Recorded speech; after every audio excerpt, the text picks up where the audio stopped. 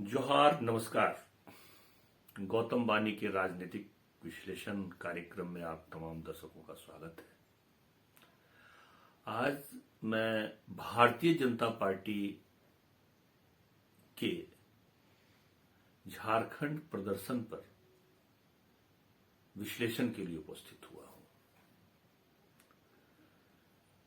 चारों तरफ हाय तौबा मची हुई है और लोग, खास करके जो भारतीय जनता पार्टी से जुड़े हुए लोग हैं, उनके समर्थक हैं, वो बार बार ये कह रहे हैं कि जो भारतीय जनता पार्टी का झारखंड में प्रदर्शन हुआ है वह एकदम अप्रत्याशित है। हो भी सकता है अप्रत्याशित हो, लेकिन मेरा अपना अलग दृष्टिकोण है। मैंने चुनाव से पहले भी ये संभावना व्यक्त की थी कि जिस प्रकार से इस बार भारतीय जनता पार्टी चुनावी समर में उतरी है, वो भारतीय जनता पार्टी के प्रकृति और प्रवृत्ति के अनुकूल नहीं है। कहीं न कहीं किसी न किसी प्रकार में कोई गैप है और इसके कारण भारतीय जनता पार्टी का जो प्रदर्शन होने वाला है वो अपेक्षा के अनुकूल नहीं होगा, ऐसा मेरा पहले से मानना था। मेरा अपना व्यक्तिगत अनुमान यह था कि भारतीय जनता पार्टी 15 से लेकर के 20 सीट तक जीत पाएगी झारखंड में। बाकी जो उनके घटक दल हैं वो 2-4 सीट जीत जाएं। इस प्रकार से मेरा जो अनुमान पहले से था उसी के अनुकूल भारतीय जनता पार्टी का प्रदर्शन रहा। अब सवाल ये उठता है कि मैंने ऐसा अनुमान क्यों लगाया। देखिए, झारखंड ही नहीं पूरे देश में भाजपा और संघ परिवार की ये स्थिति है कि वो कहीं किसी भी मुद्दे पर सशक्तता के साथ खड़ी है और उसके पास में वोट बैंक भी है।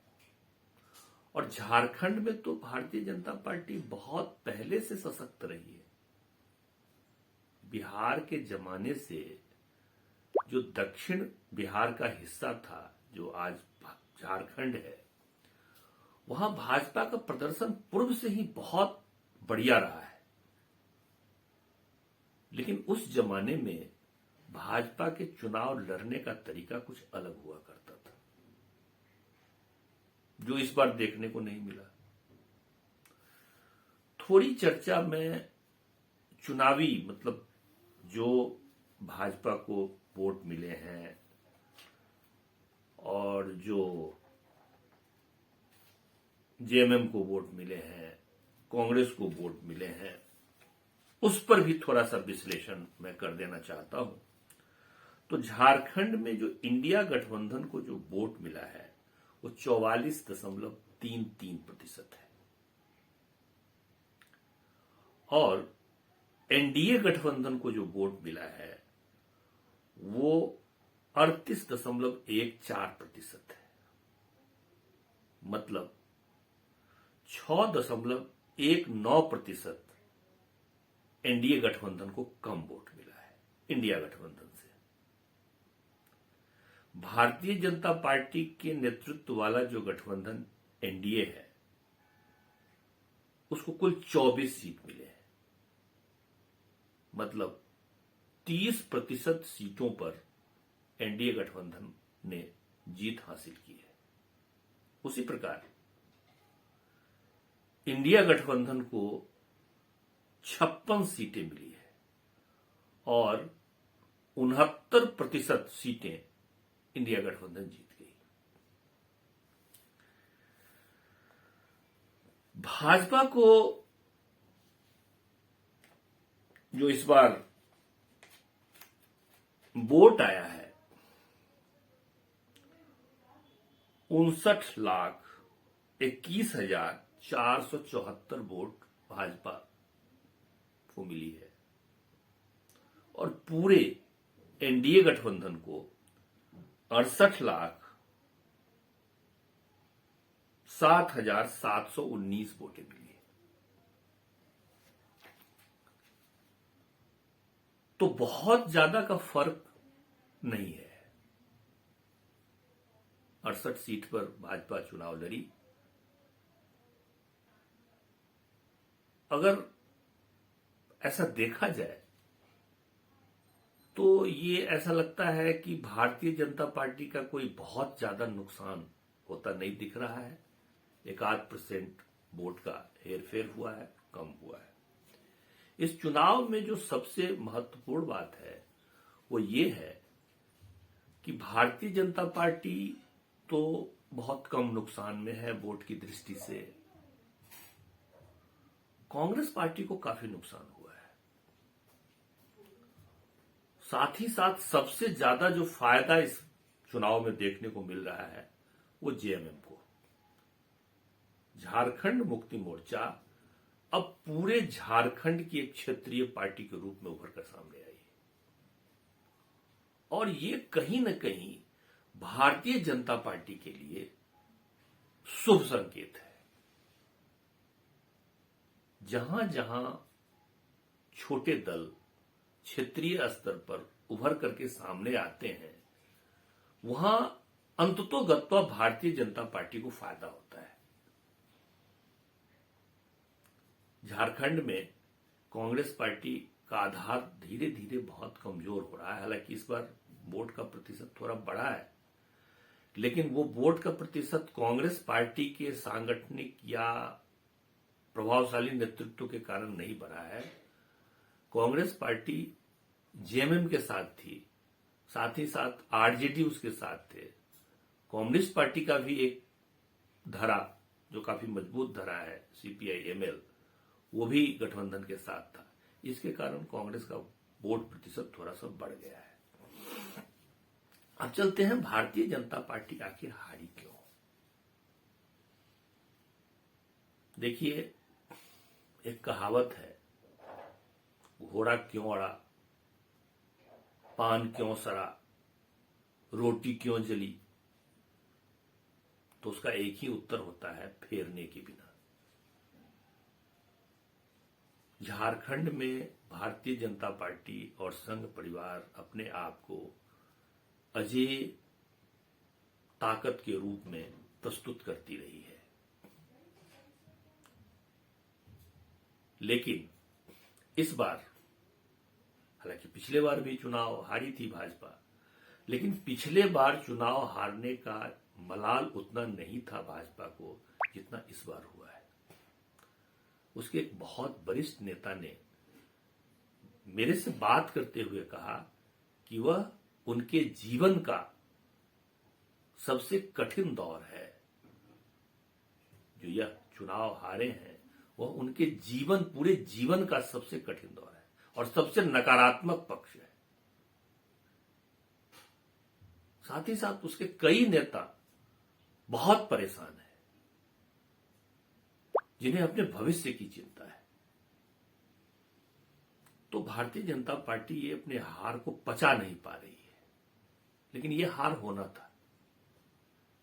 ये हार इसलिए होना था कि सबसे बड़ा फैक्टर जो इस हार के लिए काम किया है वो ये काम किया है, भाजपा ने अपने कार्यकर्ताओं को ही इग्नोर किया। भारतीय जनता पार्टी अपने बड़े कार्यकर्ता समूह को सही ढंग से प्रबंधित नहीं कर पाई, उसको समायोजित नहीं कर पाई। और भारतीय जनता पार्टी का जो नेतृत्व झारखंड का रहा वो डिफरेंट जो प्राइवेट एजेंसियां हैं, पीआर एजेंसियां हैं, इवेंट मैनेजमेंट की एजेंसियां हैं, उसके भरोसे रही। उनको अपने कार्यकर्ता पर भरोसा नहीं रहा और यह हार भारतीय जनता पार्टी का इसके कारण हुआ है। दूसरा, भारतीय जनता पार्टी में जो नेतृत्व है वह नेतृत्व बिल्कुल आधारहीन नेतृत्व है, जिस नेतृत्व को तथ्य की कोई जानकारी नहीं, जमीन की कोई जानकारी नहीं, व्यवस्था की कोई जानकारी नहीं। तो जमीनी स्तर पर अगर जानकारी आपके पास में नहीं होती है तो आप रणनीति बनाने में कहीं ना कहीं चूक जाते हैं।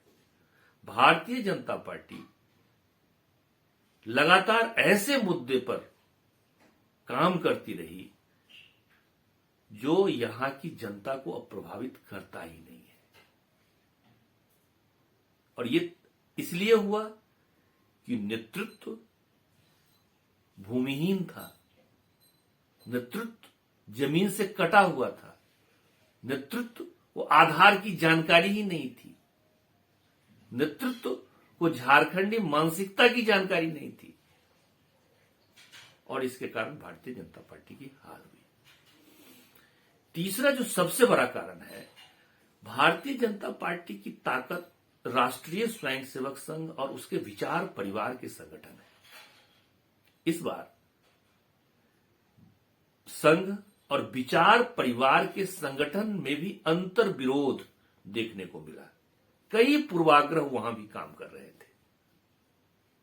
पहले चुनाव होता था, केंद्र का चुनाव हो या राज्य का चुनाव हो, भारतीय जनता पार्टी और विचार परिवार के जितने भी संगठन होते थे वो इकट्ठे आरोग्य भवन, जो बरियातू वाला आरोग्य भवन है, उसमें उनकी बैठक होती थी। वहीं पर एक योजना बनती थी। भारतीय जनता पार्टी अपने स्तर पर काम करती थी और राष्ट्रीय स्वयंसेवक संघ और उसका जो विचार परिवार का संगठन है वह काम बांट करके बूथ प्रबंधन से लेकर के और राज्य के नेतृत्व तक इतना व्यवस्थित योजना बनाती थी और काम करती थी, आप उसको समझ नहीं सकते। इस बार भारतीय जनता पार्टी और राष्ट्रीय स्वयंसेवक संघ का अंतर विरोध साफ झलक रहा था। पूरे प्रदेश का जो समन्वय का काम दिया गया था वह व्यक्ति कहीं दिखा नहीं। कार्यकर्ता, खास करके राष्ट्रीय स्वयंसेवक संघ के कार्यकर्ताओं का यह आरोप है कि जिस व्यक्ति को चुनाव में प्रबंधन का दायित्व दिया गया था, राष्ट्रीय स्वयंसेवक संघ की तरफ से लगाया गया था, उन्होंने अपनी जिम्मेवारी सही ढंग से नहीं निभाई। साथ ही साथ जो संघ नेतृत्व था, स्थानीय संघ नेतृत्व, वो भी संभ्रम की स्थिति में था। कहने के लिए बैठकें तो हो रही थी, लेकिन बैठक किसके साथ हो रही थी, बैठक कहां हो रही थी, संचालन समिति नहीं बन पा रहा था। राष्ट्रीय स्वयंसेवक संघ विचार परिवार के एक वरिष्ठ कार्यकर्ता का तो यह आरोप है कि कहीं न कहीं किसी न किसी रूप में राष्ट्रीय स्वयंसेवक संघ इस चुनाव को गंभीरता से लिया ही नहीं, और यह हार उसका परिणाम है।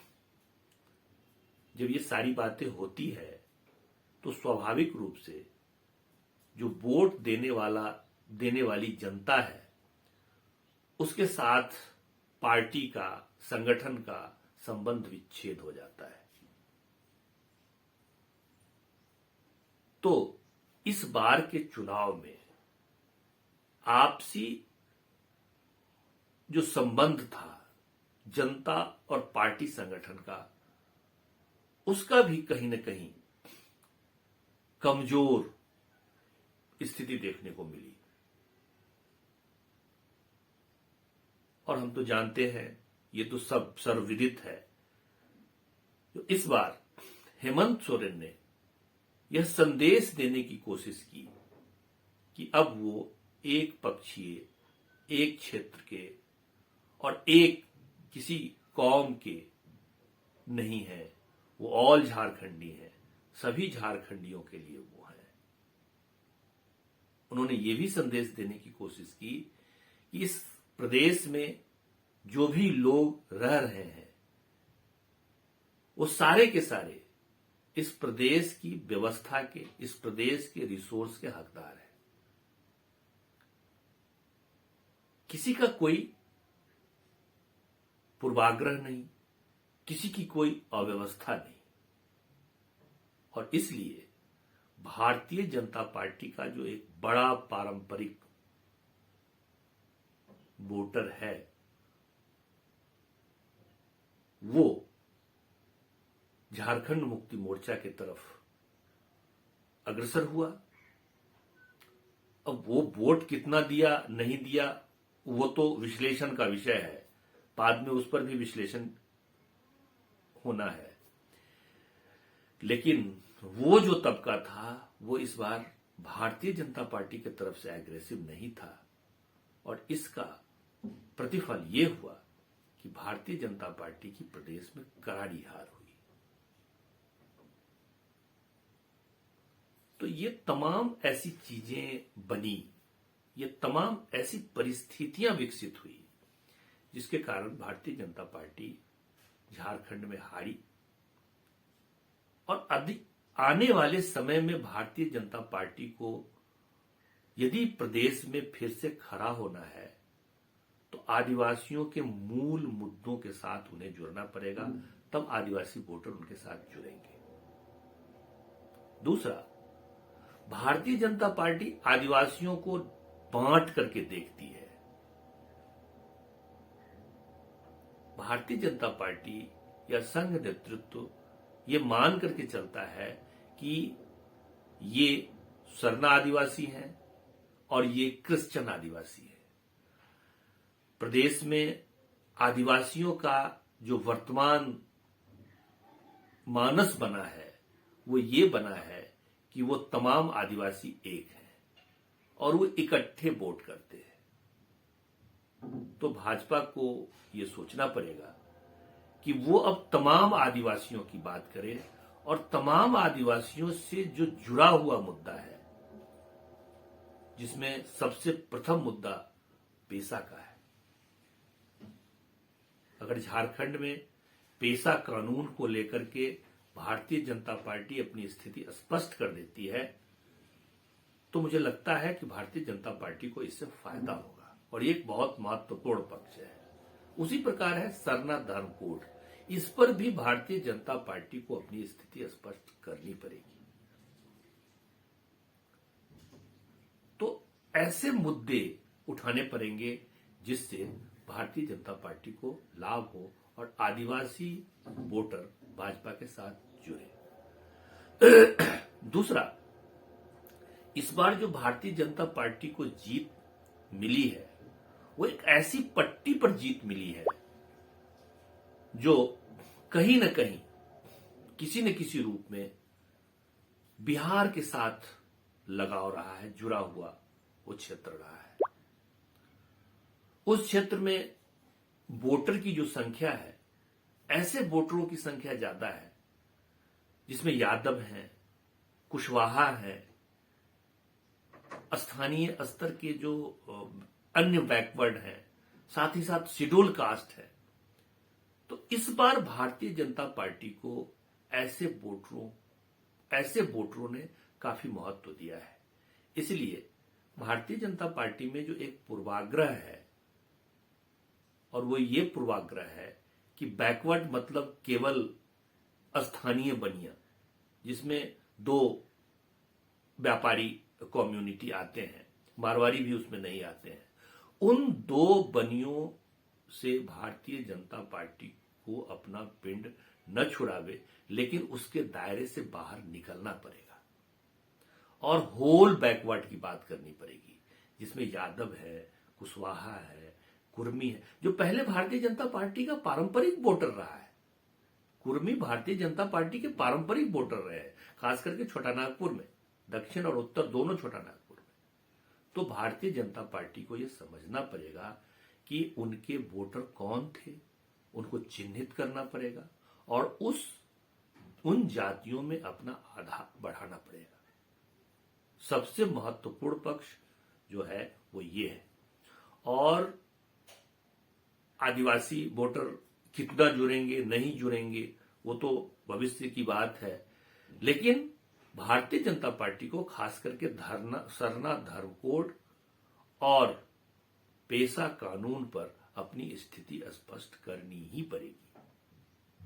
दूसरा, होल बैकवर्ड की बात करनी पड़ेगी जो झारखंड में अच्छी संख्या में है। तीसरा, शेड्यूल कास्ट को अपने तरफ जोड़ना पड़ेगा, जो धीरे धीरे भारतीय जनता पार्टी के वोटर बन रहे हैं और इस बार भी वो वोटर जो है भारतीय जनता पार्टी के साथ जुड़ी है और अच्छी खासी संख्या में उन्होंने बढ़ चढ़ करके हिस्सा लिया और वोटिंग भी किया है। तो ये जो चीजें हैं एक सकारात्मक है और इस क्षेत्र में भाजपा को काम करना पड़ेगा। साथ ही साथ राष्ट्रीय स्वयंसेवक संघ को भी समन्वय बना करके चलना पड़ेगा। देखिए, अल्टीमेट गोल तो राजनीतिक ही होता है, राजनीतिक गोल ही अंतिम गोल होता है और राजनीतिक गोल के बारे में जो व्यक्ति ये कहता है कि नहीं राजनीति नहीं, पहले समाज को ठीक करेंगे फिर राजनीति को ठीक करेंगे, हो सकता है उनकी सोच वो हो, लेकिन समाज का ही पार्ट राजनीति है। जब तक राजनीतिक शक्तियां अपने हाथ में नहीं आती है तब तक बड़ा परिवर्तन कुछ हो नहीं सकता है।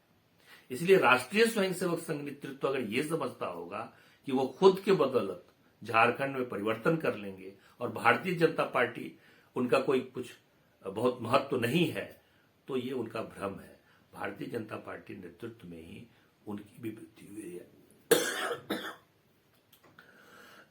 उनकी भी समृद्धि हुई है, वो भी आगे बढ़े हैं, उनको भी मजबूती प्रदान उनमें भी मजबूती आई है।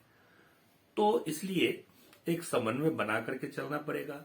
आपस में किसी प्रकार का कोई पूर्वाग्रह हो तो उसे दूर करना पड़ेगा, अंतर विरोध को समाप्त करना पड़ेगा और जो जमीन की जिसके पास में जानकारी हो, जिनके पास में कार्यकर्ता की पकड़ हो, संगठन का अनुभव हो, ऐसे नेतृत्व को अगर नेतृत्व प्रदान किया जाता है तो मुझे लगता है कि भारतीय जनता पार्टी को आने वाले समय में निश्चित रूप से सफलता मिलेगी। आज का विश्लेषण हम यही समाप्त करते हैं। नमस्कार, जय।